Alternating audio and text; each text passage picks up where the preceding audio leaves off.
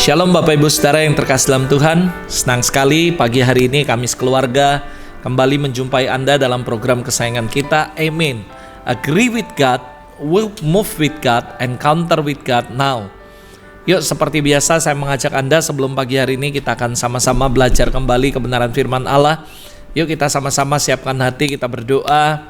Saya berdoa dari tempat ini biarlah setiap firman yang dilepaskan pagi hari ini akan memberkati, menguatkan setiap saudara. Apapun kondisi yang Anda sedang hadapi pagi hari ini, saya berdoa firman Tuhan akan menjadi kekuatan yang baru dalam kehidupan Anda. Let's we pray together. Bapa, terima kasih. Pagi hari ini kami siapkan hati kami buka hati kami untuk kami kembali diisi belajar kebenaran firman-Mu ya Tuhan. Hamba berdoa dari tempat ini bersama-sama dengan keluarga kami sepakat untuk setiap umat-Mu dimanapun mereka berada, apapun yang sedang mereka alami, kondisi apapun yang mereka sedang hadapi, aku berdoa firman-Mu ya dan amin. Firman-Mu adalah pelita bagi kaki kami, terang bagi jalan kami, dan kami berdoa terang bagi kehidupan kami sehingga ketika kami mendengar dan kami mempercayai dan kami melakukan itu, maka kami percaya kami akan berjalan bersama Tuhan. Kami berdoa pagi hari ini ya Tuhan, berbicaralah di tengah-tengah kami, sampaikan apa yang menjadi isi hati-Mu buat setiap kami, biar semua umat-Mu dimanapun mereka berada, mereka dikuatkan, disegarkan, dan dipulihkan ya Bapa. Hamba berdoa, urapi hamba-Mu, berikan revelation wisdom, untuk hamba bisa menerjemahkan, menyampaikan tepat seperti apa yang Tuhan mau. Dan aku mohon Tuhan, Engkau yang pegang kendali atas semuanya. Kami juga berdoa urapi setiap umat-Mu dimanapun mereka berada, supaya mereka boleh mengalami Kristus melalui kebenaran firman-Mu. Para malaikat orang kudus, yuk lakukan bagian kalian, layani umat Tuhan dimanapun mereka berada, supaya mereka boleh mengalami Kristus secara nyata pagi hari ini melalui firman Tuhan. Dalam nama Yesus kami memberikan segala hormat, pujian, kemuliaan buat Tuhan. Amin. Amin. Praise the Lord. Selamat pagi, shalom semua Bapak Ibu semua. Saya berdoa dari tempat ini dimanapun Anda berada. Sekali lagi apapun situasi yang Anda sedang hadapi, bagaimanapun beratnya kehidupan yang Anda sedang jalani hari ini, percayalah pagi hari ini firman Tuhan akan menguatkan saudara, akan membuat kehidupan saudara menjadi fresh kembali. Saya berdoa dari tempat ini melalui kebenaran firman Tuhan yang disampaikan dalam program Amin pagi hari ini akan memberikan sebuah kelegaan, kesegaran dalam kehidupan saudara. Nah pagi hari ini saudara kita akan belajar mengenai sebuah topik, yaitu jangan ingat yang lama, yang baru sudah datang. Saya masih ingat waktu saya berdoa, Roh Kudus berbicara dengan jelas sekali untuk saya mempersiapkan program Amin hari ini. Dan dia berkata, nak jangan ingat yang lama, yang baru sudah datang. Sekali lagi ini ada dua kalimat yang menurut saya sebuah hal yang Tuhan mau dalam kehidupan Anda dan saya. Yang pertama jangan ingat yang lama. Yang kedua Tuhan memberitahukan bahwa ketika tidak mengingat yang lama, kenapa saudara? The reason, karena yang baru sudah datang saudara. Nah saudara, yuk baca sama-sama Yesaya 43 ayat 18 sampai ayat yang ke-19. Dikatakan seperti ini. Janganlah ingat hal yang lalu. Jangan perhatikan hal-hal yang dari zaman purbakala. Lihat, aku hendak membuat sesuatu yang baru, yang sekarang sudah tumbuh. Belumkah kamu mengetahuinya? Ya, aku hendak membuat jalan di padang gurun dan sungai-sungai di padang belantara. Sekali lagi ketika Anda baca Yesaya 43, 18, 19 ini, minimal ada dua hal menjadi perenungan kita, menjadi sebuah reflection dalam kehidupan kita. Dan kita bisa pelajari dua hal yang penting saudara. Yang pertama adalah forget the past. Saudara, saya percaya Tuhan kepingin, Tuhan mau supaya Anda dan saya melupakan semua apa yang terjadi di masa lalu, melupakan apa yang menjadi masa lalu kehidupan saudara. Saya tahu bicara mengenai masa lalu, enggak semua kita memiliki masa lalu yang bagus saudara. Beberapa dari kita mungkin mengalami malah yang sebaliknya, mengalami masa lalu yang buruk, masa lalu yang pahit. Mungkin Anda pernah dikecewakan di masa lalu, Anda dihianati di masa lalu, Anda mungkin diejek di masa lalu. Mungkin di masa lalu Anda pernah mengalami kegagalan demi kegagalan. Mungkin Anda di masa lalu mengalami sesuatu yang diperlakukan tidak adil, atau mengalami ada begitu banyak hal yang gak baik, hal yang buruk, bahkan hal-hal yang tidak membanggakan, pengalaman yang mengecewakan, pengalaman yang sangat buruk, bahkan sangat mempermalukan kehidupan saudara. Tapi justru saudara, sekali lagi, inilah yang kadang-kadang bisa menjadi penghalang dalam kehidupan kita untuk melihat hal yang baru yang Tuhan mau lakukan dalam kehidupan kita. Kenapa? Karena kita terus mengingat masa lalu, kita terus mengingat semua kegagalan, bahkan itu menjadi penghalang. Akhirnya kita menjadi depresi, akhirnya kita menjadi buruk, akhirnya kita merasa bahwa kita nggak baik, akhirnya kita merasa bahwa kita ini memang nggak berhasil, gagal, dan sebagainya. Nah saudara, pagi hari ini melalui kebenaran firman Tuhan dalam Amin ini, Tuhan mengingatkan kita untuk melakukan sebuah reflection dalam kehidupan kita. Yang pertama adalah forget the past. Yuk pagi hari ini dimanapun Anda berada, I just want remind you melalui kebenaran firman pagi hari ini, Tuhan mau supaya kita forget the past. Yuk lupakan semuanya, apapun itu, baik itu pengalaman yang buruk maupun yang baik sekalipun. Dan saya percaya Tuhan mau membawa kita mengalami hal yang baru. Hal yang kedua saudara, menjadi perenungan ketika saya baca ayat ini. Selain yang pertama, Tuhan mau kita forget the past, dan yang kedua, God will create something new dalam kehidupan Anda. Saya percaya Tuhan memang selalu baru setiap hari, kasih karunia-Nya selalu baru, semua halnya favor, anugerah selalu baru setiap hari. Nah saya yakin di bagian ini Tuhan seperti mau mencelikan mata Anda dan saya, sehingga kita sadar bahwa Tuhan itu akan bahkan sedang melakukan hal yang baru dalam kehidupan kita, yang bahkan kita belum lihat, bahkan kita nggak bisa lihat the whole picture dari semua yang Tuhan lakukan dalam hidup kita. Karena seringkali yang Dia lakukan adalah sesuatu yang berada jauh di luar expectation saudara, jauh dari pemikiran saudara, bahkan jauh dari apa yang kita doakan saudara. Tuhan berkata itu sudah tumbuh saudara. Artinya ini bukan sesuatu yang belum ada sama sekali, bukan sesuatu yang Tuhan baru akan buat dalam kehidupan kita. Namun ini adalah sesuatu yang sudah ada, tapi mungkin kita nggak bisa lihat dengan mata manusia dan perspektif kita. Karena kenapa? Karena manusia memiliki perspektif yang kecil, yang sempit saudara. Ini bukan sesuatu, artinya Tuhan mau buat sesuatu yang belum pernah Anda tahu, atau belum pernah terjadi, atau belum ada. Tapi Dia sudah katakan sudah tumbuh, sudah ada, tapi kita tidak mengetahuinya. Kenapa? Karena sekali lagi perspektif kita berbeda dengan perspektif Tuhan. Seringkali ketika kita mengalami sesuatu, kita merasa bahwa Tuhan gak menolong kita, Tuhan gak nyata dalam hidup kita, padahal Dia sudah ada dan menyertai kita dalam setiap apa yang kita hadapi. Saya yakin sekali masa pandemi ini menjadi sebuah perenungan yang dahsyat bahwa Tuhan ada dan nyata dalam kehidupan saudara.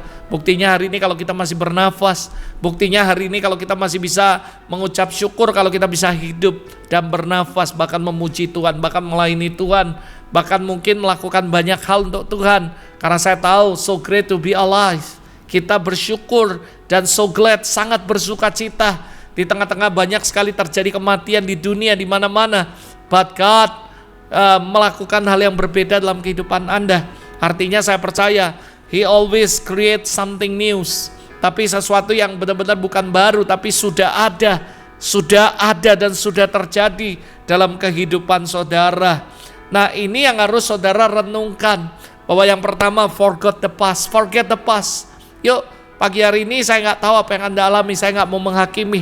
Mungkin Anda mengalami masa lalu yang pahit, masa lalu yang buruk, masa lalu yang sangat jelek sekali. But this morning Tuhan kepingin supaya kita forget the past. Ayo lupakan semuanya.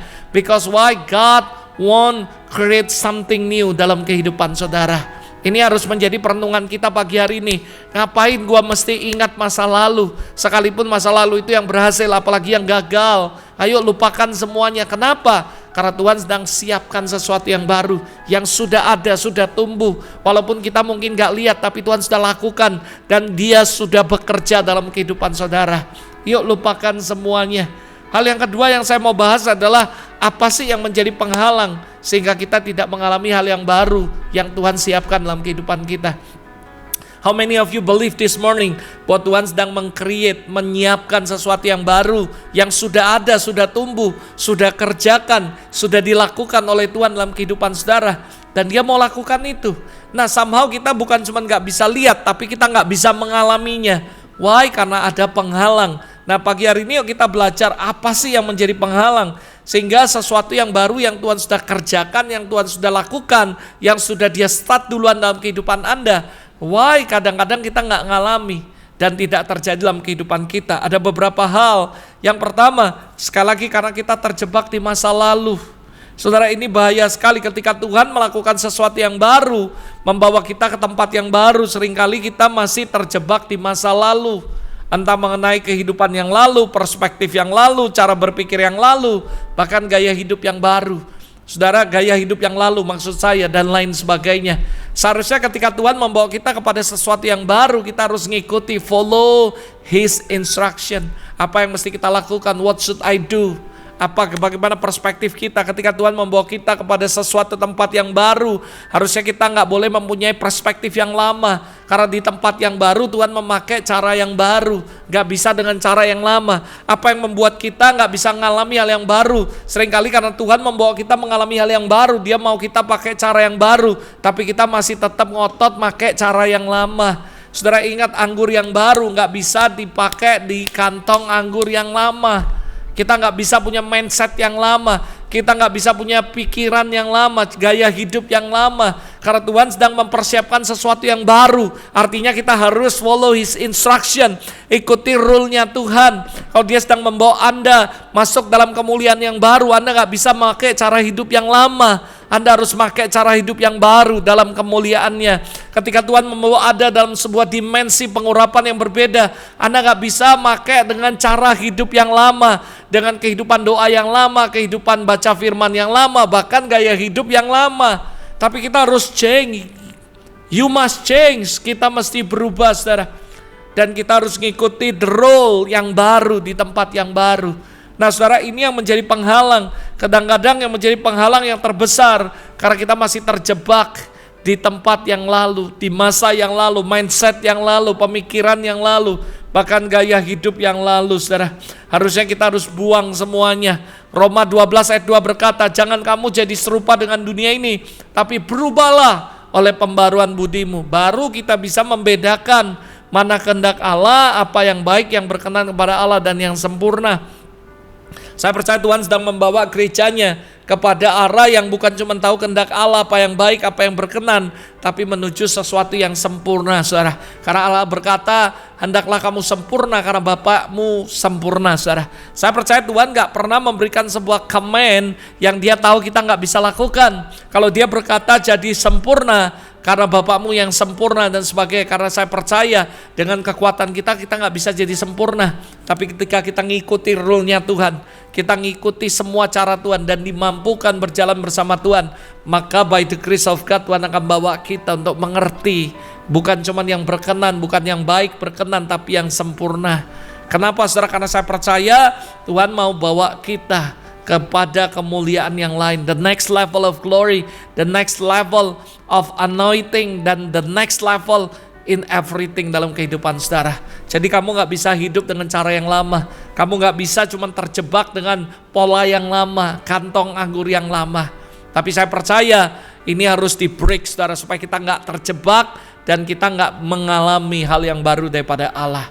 Pagi hari ini kalau Anda mau mengalami hal yang baru dari Allah, sesuatu yang baru, yang fresh daripada Tuhan, ayo jangan kita terjebak di masa lalu, kehidupan yang lalu, cara pandang yang lalu, pemikiran yang lalu, bahkan gaya hidup yang lalu. Kita harus berubah, kita harus meninggalkan semua yang lama dan masuk dalam hal yang baru bersama Tuhan.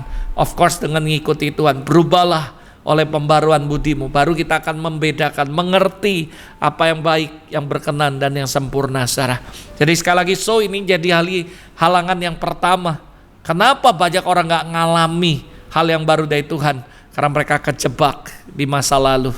Ayo, jangan sampai itu menjadi sebuah penjara dalam hidup kita. Oh, dulu gak kayak gini saya. Oh, dulu gak kayak gini. Saya sering mendengar ketika gereja dibawa Tuhan moving forward in the next level of glory dan sebagainya. Seringkali beberapa orang yang gak sanggup, dalam artian karena mereka gak mau berubah, mereka gak mau bayar harga. Mereka berkata, dulu gak kayak gini, dulu gak kayak gini. Tapi Anda harus ngerti, dulu kamu juga gak ngalami kemuliaan kayak gini. Ada begitu banyak orang pengen berkatnya moving forward, anointingnya moving forward, glory-nya moving forward, semuanya moving forward. Tapi mereka mau hidupnya dengan cara yang lama tanpa mereka juga moving forward. Nah, ini gak bisa, Anda akan ketinggalan. Jadi sekali lagi ini menjadi penghalang terbesar yang harus Anda pastikan bahwa tidak ada dalam kehidupan Anda. Kalau Anda mau mengalami hal yang baru sama Tuhan, hal-hal yang baru yang Tuhan siapkan yang dahsyat dalam kehidupan kita harus rela untuk meninggalkan semua yang lama. Jangan terjebak di masa lalu. Yang kedua, apa yang menjadi penghalang sehingga orang gak bisa melihat apa yang Tuhan sedang kerjakan, hal yang baru dalam kehidupan mereka, karena kita tidak bisa melihat apa yang sedang Tuhan kerjakan. Saudara, ketika kita tidak bisa melihat apa yang sedang Tuhan kerjakan, apalagi tidak menyadari apa yang Tuhan sedang lakukan, kita tidak akan bisa masuk ke dalamnya, dalam sesuatu hal yang baru tersebut. Di ayat ini dikatakan bahwa Tuhan sudah bahkan membuat hal yang baru, namun di saat yang sama Tuhan bertanya, belumkah kamu mengetahuinya? Ini adalah sebuah pertanyaan yang harusnya menjadi sebuah peringatan dalam kehidupan kita. Belumkah kamu mengetahuinya? Artinya ada sebagian orang yang memang belum tahu dan belum bisa melihat apa yang bahkan Tuhan sudah kerjakan dalam kehidupan mereka. Makanya Tuhan berkata, belumkah kamu mengetahuinya? Kenapa? Karena memang kenyataannya beberapa orang, bahkan kebanyakan orang, ketika Tuhan sedang bekerja membawa mereka masuk hal yang baru, mereka sendiri gak sadar, bahkan mereka gak tahu bahwa mereka sudah dibawa Tuhan untuk mengalami hal yang baru, saudara. Jadi kenapa alasan yang kedua orang gak bisa mengalami hal yang baru daripada Allah? Karena selain dia terjebak dengan masa lalu, dia gak bisa melihat seperti perspektif Tuhan. Dia gak bisa melihat apa yang sedang Tuhan kerjakan dalam kehidupan mereka. Saudara, seringkali perspektif manusia sangat terbatas dan kita tidak bisa melihat dengan perspektif Tuhan. Apalagi Alkitab berkata, jalanku bukan jalanmu, rancanganku bukan rancanganmu. Harusnya kita memakai kacamata Tuhan, perspektif Tuhan, supaya kita bisa melihat seperti apa yang Tuhan sedang lihat. Kita melihat seperti apa yang Yesus kerjakan, apa yang Yesus lihat dalam kehidupan kita. Nah, kalau ini yang akan terjadi dalam kehidupan saudara, maka saudara gak bisa mengalami hal yang baru, karena kita gak bisa melihat dan tidak menyadari. Ada begitu banyak orang Kristen, mereka tidak menyadari Tuhan sedang bekerja dalam kehidupan mereka. Dalam masa-masa pandemi ini saya percaya Tuhan bekerja begitu banyak sampai kita mengenal sebuah istilah church in the new normal. Saudara, saya percaya Tuhan sedang bekerja. Ini satu contoh yang konkret bahwa Allah sedang bekerja dalam new normal. Saudara, adanya pandemik, saya percaya yang pertama Tuhan sedang memperingatkan gerejanya kembali kepada basic yang awal. Saudara, ada begitu banyak, saya tidak menghakimi. Mungkin kemurnian kita sudah hilang. Mungkin saudara, saya tidak menghakimi siapapun. Dan saya berharap ketika Anda dengar ini, kita tidak saling menyakimi, menyalahkan satu sama lain.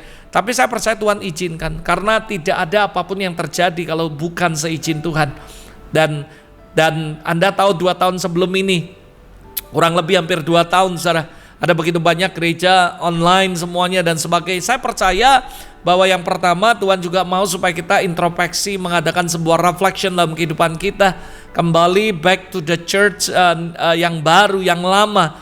Dalam artian bukan lama, maksud saya adalah kembali kepada gereja mula-mula, saudara, yang benar-benar melayani dengan kemurnian, ketulusan dan sebagainya. Saya percaya ini seperti sekedar kayak penampian, saudara. Yang mana yang murni, yang mana enggak ketahuan, yang mana melayani dengan kesungguhan, yang mana melayani dengan iman, yang melayani dengan keseguhan hati, melayani dengan benar-benar segenap hati, semuanya kelihatan saudara di masa-masa pandemik ini. Dan saya percaya sebenarnya menjadi sebuah reflection dalam kehidupan kita. Dan saya yakin satu hal saudara, di balik itu Allah mendatangkan kebaikan. Allah sedang bekerja dan dia berkata, aku sedang melakukan sesuatu yang baru. Salah satunya saya sering ngomong, dulu saudara mungkin ketika buka YouTube jarang sekali Anda bisa lihat khotbah-khotbah begitu banyak. Hari ini ada ribuan khotbah, kalau Anda klik di YouTube Anda bisa lihat. Dan saya percaya pengkabaran Injil sekarang begitu naik secara pesat. Ada begitu banyak kabar-kabar baik yang dikhotbahkan di mana-mana. Pendeta A, B, C sampai Z semuanya dulu nggak ada. Ada begitu banyak Zoom di mana dulu orang rame-rame datang ke gereja, tapi sekarang tiba-tiba gereja yang datang ke rumah-rumah. Ada begitu banyak pertemuan-pertemuan Zoom di mana-mana. ada KKR online dan sebagainya. Bahkan saya juga menyaksikan, bahkan terlibat beberapa kali saudara, ketika diundang dalam sebuah komunitas Zoom, dan saya cukup kaget, ada ribuan orang dari berbagai negara, berbagai tempat, mereka datang bersama-sama nyembah Tuhan, mendengar firman, dan I never see before. Mungkin beberapa orang berkata, pernah sih, iya, tapi nggak seperti gencar saat ini. Dan itu sebabnya saya katakan, Tuhan sedang melakukan hal yang baru bagi gerejanya. Dia sedang melakukan sebuah shifting yang besar sekali, saudara. Dan hari ini orang nggak bisa lagi mengandalkan yang namanya figur dan sebagainya. Orang nggak bisa lagi mengandalkan mungkin, wah gereja kita besar, ada di mall dan sebagainya. Hari ini benar-benar Tuhan kayaknya membuat sebuah pemurnian besar-besaran kepada gerejanya, supaya back to the basics, saudara. Bahwa Christ Center, menjadi memusatkan Kristus sebagai pusat. Hari ini orang nggak bisa lagi mengandalkan ini ada dan sebagainya. Semuanya ketika di lockdown, semuanya Tuhan izinkan selama beberapa bulan. Dan saya percaya itu membuat semua orang sadar mereka butuh Tuhan, cari Tuhan, dan mereka harus mengandalkan Tuhan, bergantung sama Tuhan, dan mengejar Tuhan secara personal dalam kehidupan mereka. Saya tahu masa itu terjadi, ada yang fail, ada yang tiba-tiba mereka ngalami Tuhan di rumah, tapi ada banyak juga yang orang Kristen akhirnya imannya lemah, lempem dan sebagainya. Tapi beberapa orang juga saya melihat masa pandemik justru mereka membuat mereka on fire. Mereka mulai khotbah di YouTube, mereka mulai khotbah di Instagram, mereka mulai khotbah di mana-mana. Dan saya melihat bahwa ada begitu banyak platform yang terbuka, sehingga pengkabaran Injil terbuka secara luas, secara besar-besaran dimanapun, saudara. Dan saya yakin itu salah satu dampak positif dari masa pandemi. Masa pandemi ini juga membuat kita lebih aware, lebih takut akan Tuhan, karena begitu banyak orang takut mati dan sebagainya. Bencana terjadi sehingga orang mulai berseru kepada Tuhan dan macam-macam, saudara. Dan menurut saya di end of the day dari semuanya, kalau nggak seizin Tuhan nggak jadi. Dan saya percaya Roma 8:28, Tuhan sedang melakukan hal yang baru bagi gerejanya. Hari ini saudara, beberapa kali saya sering khotbah, dan yang hadir juga ada beberapa yang dari luar kota, luar negeri, dan semuanya bahkan tengah malam. Dan saya melihat ini adalah sesuatu positif daripada pandemi ini. Ketika berkhotbah, ada dari berbagai negara yang very possible untuk mereka datang dan join in the service. Tapi di masa ini tiba-tiba in the Zoom, saudara, mereka bisa masuk dan mereka bisa join bersama-sama dari berbagai negara. Dan saya tahu itu sesuatu yang baru yang sebelumnya nggak terjadi di zaman sebelumnya di gereja. Tapi hari-hari ini mulai ada pemuritan online dan sebagainya. Dan sehingga pemuritan gak lagi dibatasi, orang harus datang ke gereja dan sebagainya. Sekali lagi saudara, saya percaya semua tergantung bagaimana kacamata Anda melihat itu. Ada yang berkata gak seru, gak enak, seolah-olah gereja dibatasi. Tapi sekali lagi saya katakan saudara, kalau gak seizin Tuhan semua gak akan terjadi. Harusnya kita jangan komplain, jangan mengeluh, tapi yuk kita lihat dengan perspektif Tuhan, lihat dengan perspektif yang berbeda. Lihat apa yang kita bisa lakukan, berdoa sama Tuhan, dan Tuhan akan berikan hikmat, Tuhan akan berikan revelation dalam kehidupan saudara, sehingga saudara bisa ngerti what should I do, dan Anda mulai plan, mulai melakukan. Dan saya tahu saudara bahwa Tuhan akan membuat hal yang baru. Saya dengar ada banyak kesaksian orang-orang yang sebenarnya latar belakangnya adalah bukan hamba Tuhan, bukan mengembalakan, tapi tiba-tiba Tuhan suruh mereka kuasai media, khotbah, buat di media. Dan hari-hari ini Tuhan pakai mereka luar biasa. I'm so glad, dan saya bersyukur karena Tuhan membuka begitu banyak platform untuk semua orang bisa mengabarkan Injil dengan luar biasa, saudara. Buat saya ketika muncul orang-orang yang seperti itu, kita harus bersuka cita, celebrate bersama-sama, bukan iri, bukan dengki, atau malah kita gosipin dan sebagainya. Saya tahu ada begitu banyak hari-hari pengkhotbah baru muncul di mana-mana. Mereka bukan gembala, bukan pendeta yang megang pengembalaan gereja, tapi Tuhan pakai mereka luar biasa. Buat saya, kita harus bersyukur and celebrate together, karena Tuhan membangkitkan banyak sekali hal yang baru, hal yang ajaib. Saya sendiri seringkali juga dengerin YouTube mereka, dengar mereka khotbah, somehow I'm crying, dan saya melihat bahwa memang Tuhan pakai mereka luar biasa. Mereka punya background yang berbeda-beda, tapi mereka memberkati banyak orang. Jadi ayo sama-sama kita harus belajar melihat dengan perspektif Tuhan. Saya percaya masih banyak hal yang baik di tengah-tengah pandemi ini. Daripada kita komplain dan mengeluh hal-hal yang jelek di masa pandemi ini, mari kita lihat banyak perspektif yang positif. Yang negatif kita nggak usah terlalu pusing. Memang kita harus hadapi, gak apa-apa, give thanks to the Lord, hadapi dengan ucapan syukur. Tapi masih banyak hal yang positif, hal yang luar biasa yang Tuhan izinkan terjadi di masa ini, mendatangkan kebaikan buat kita. Sekali lagi saudara, yuk sama-sama, jangan kita terpenjara. Dan kita juga harus bisa melihat dengan perspektif Tuhan. Kita mesti bisa melihat apa yang Tuhan kerjakan di tengah-tengah kita. Yang jelas ini adalah sesuatu yang baru tentunya yang Tuhan kerjakan di tengah-tengah kita, saudara. So, saudara, saya berdoa dari tempat ini dimanapun Anda berada, supaya Anda tidak melihat dengan perspektif kacamata Anda, tapi Anda melihat dengan perspektif Tuhan. Dan saya yakin ketika Anda lakukan itu, Anda akan bisa melihat hal yang baik, hal yang positif, and you will celebrate, dan kamu akan give thanks to the Lord.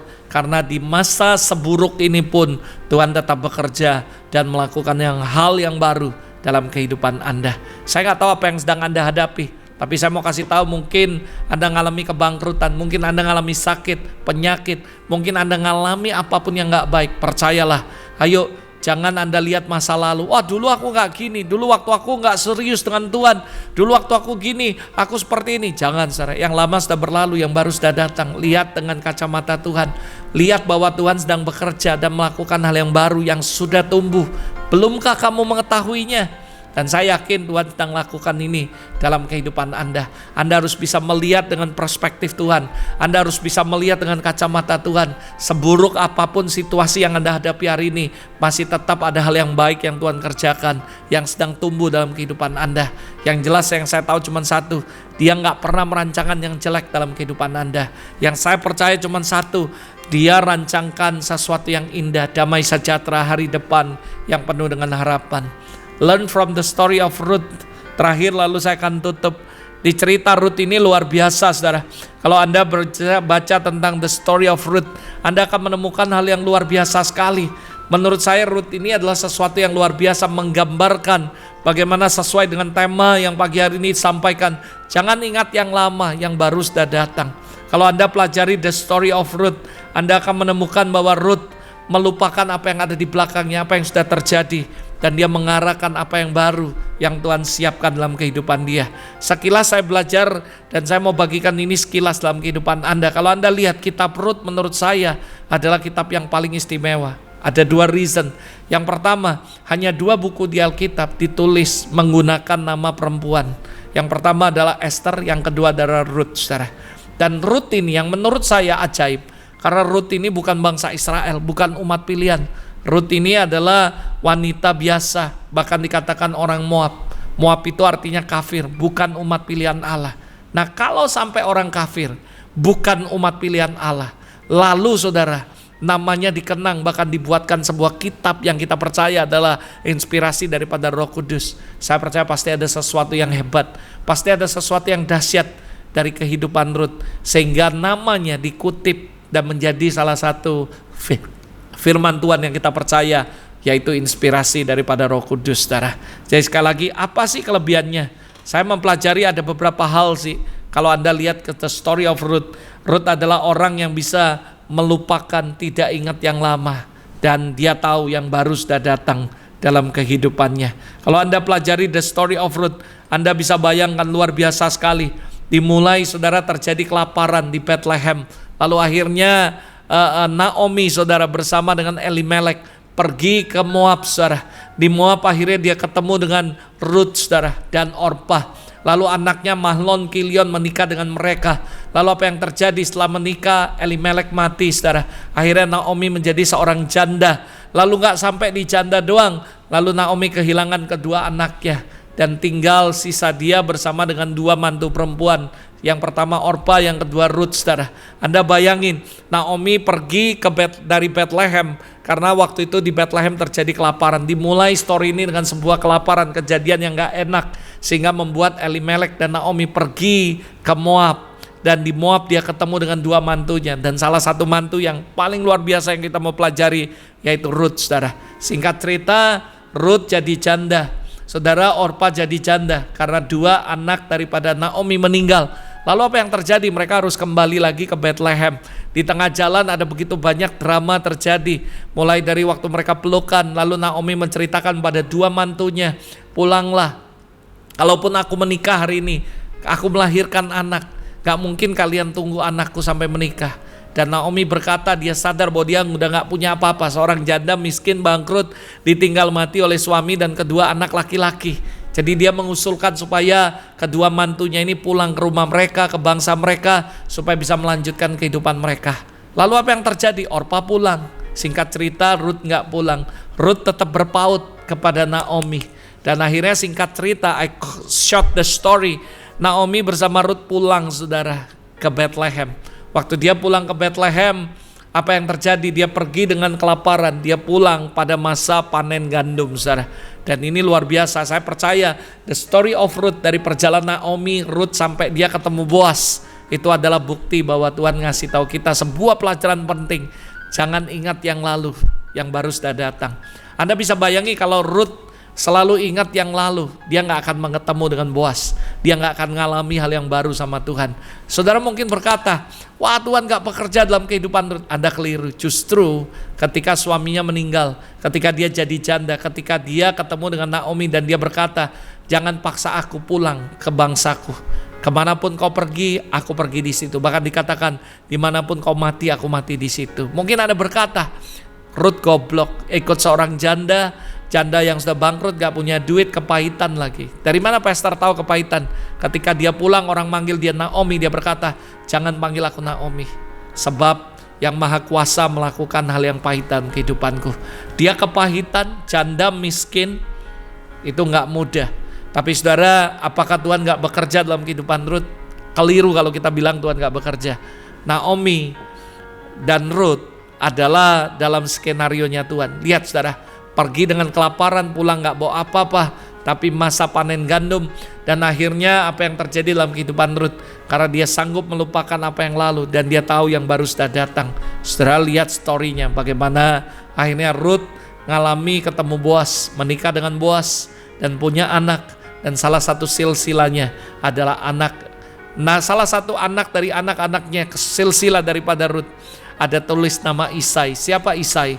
Isai adalah bapak daripada Raja Daud. Artinya silsilah daripada Raja Daud lahir dari seorang perempuan yang bernama Ruth, yang menurut kita mungkin gak ada masa depan karena suaminya sudah meninggal dan mertuanya udah gak punya lagi anak laki-laki. Dan kalaupun mertuanya menikah, mertuanya melahirkan, gak mungkin dinikahkan dengan dia. Tapi saudara tahu apa yang terjadi?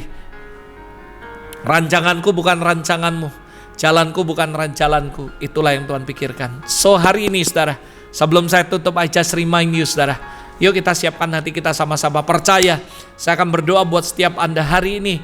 Apapun yang Anda sedang alami, mungkin Anda mengalami hal yang buruk, hal yang pahit, jangan ingat yang lalu, yang baru sudah datang. Lihat bagaimana Tuhan bekerja dari kehidupan Ruth, yang menurut orang gak mungkin lah punya masa depan. Tapi dia berkata, dia berpaut kepada Naomi. Kenapa saudara?